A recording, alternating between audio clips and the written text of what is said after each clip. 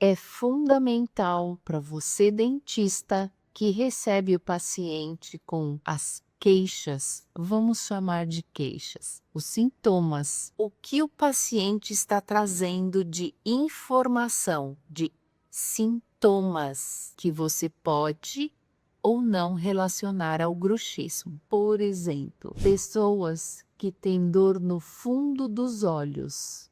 É muito comum essa pessoa ter pontos de dor no músculo masseter temporal. Então, fica fácil no exame clínico você fazer uma palpação e a pessoa sentir, você palpou um masseter e a pessoa está sentindo a dor no fundo do olho. Aliás, parece que a dor anda, mas ela é uma dor refletida. A dor refletida, ela é mais fácil de ser tratada do que a dor local. A dor local pode ser uma dor neurológica. A dor refletida, ela é uma dor que quando você acha a origem, você resolve muito rapidamente. E aí você vai associar com os tratamentos de placa para proteger esse dente, com guias incisivas, com guias caninas, com remoção de interferência em lateralidade, possivelmente dentes do siso que vêm erupcionar depois de uma certa idade podem trazer pontos de interferência que podem trazer dores musculares e dores de cabeça, fundo de olho, no ouvido. Ao mastigar, se você sentir aquele barulho, como se tivesse destrinchando a coxa do frango, aquele barulhinho, aquilo antes do estalo é a primeira coisa que se instala. Então é uma coisa muito importante de você falar para o seu dentista, de você, dentista, descobrir do seu paciente. Muitas vezes a pessoa não sabe que é com você que ela vai se queixar. Dores na face. Alguns dentes sem cárie, premolares principalmente, apresentam dores referidas, que são dores causadas pela sinusite.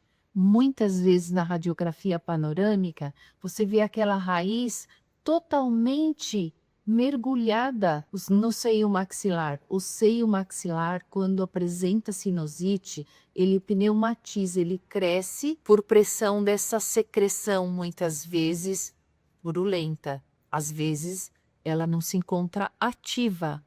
Secreção purulenta, aguda, mas ela é crônica, ela tem uma secreçãozinha clarinha. Eu tive um paciente que fazia natação e ele gostava muito de nadar, nado costas. E a piscina tinha uma água que era uma água tratada diferente, uma água salgada.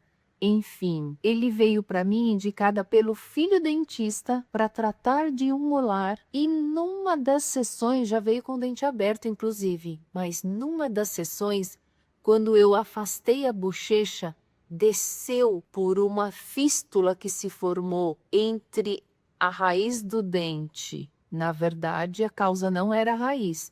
Do seio maxilar até a bochecha, uma fístula, uma passagem. Drenou ali uma colher de pus. E o próprio dentista não trabalharia, não faria um tratamento de canal no pai sem que isso fosse necessário, porque realmente o pai sentia dor no molar. Então, todo dente que apresenta a raiz mergulhada no seio maxilar, mesmo que essa pessoa não tenha um diagnóstico de sinusite, há ou houve em algum momento uma infecção que sequestrou aquele osso e que deixou a raiz do dente totalmente mergulhada naquele vazio do seio maxilar. Isso tem dificultado tratamentos com extração de dentes, tratamentos de canal, tratamentos de implante, onde pode até acontecer, ao extrair o dente, uma comunicação bucosinusal extremamente difícil de ser tratada, que requer muito mais cuidados do que quando não há esse sequestro ósseo. Enfim, rinite contínua, pacientes com apertamento, vá buscar facetas de desgaste, interferência oclusal. Eu fiz uma restauração e parece que está alto, nunca mais a minha mordida ficou igual. Vá buscar a bifração. Hoje a bifração não se trata, não se restaura, ela é tratada cirurgicamente, porque é um dos sinais de bruxismo, de interferência. É algo como quando você restaura, o dentista pergunta: morde? Está alto. É uma interferência localizada por uma restauração alta ou extração dentária antiga, onde o outro dente saiu do lugar, provocando uma interferência, ou erupção do terceiro molar. Vá buscar isso. Isso deve ser ajustado antes de qualquer placa, de qualquer tratamento, de qualquer analgésico, de qualquer desconforto muscular que pode ser inutilizado através do simples toque. E você vai reparando que esse desconforto muscular, ele vai diminuindo a superfície, vai diminuindo. O laser ajuda muito a eliminar essa desorganização química no local da dor, do trigger point, do ponto gatilho de dor. Então, é muito, muito importante buscar doenças, buscar sinais e, a partir da queixa, nós fazermos as nossas perguntas, o nosso questionamento. A partir daí, você pode fechar um diagnóstico de bruxismo. E, para ajudar, qual plaquinha você vai utilizar? Tem que se pesquisar e se tratar e fazer exames do sono.